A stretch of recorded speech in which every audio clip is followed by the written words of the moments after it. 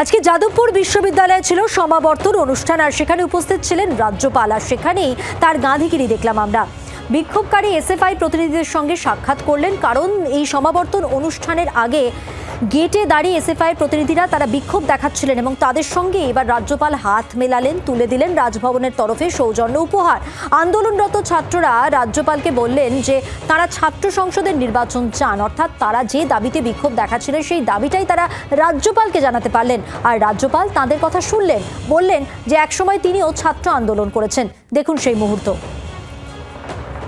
We request you to please intervention on this matter because the government not take initiative to do. He said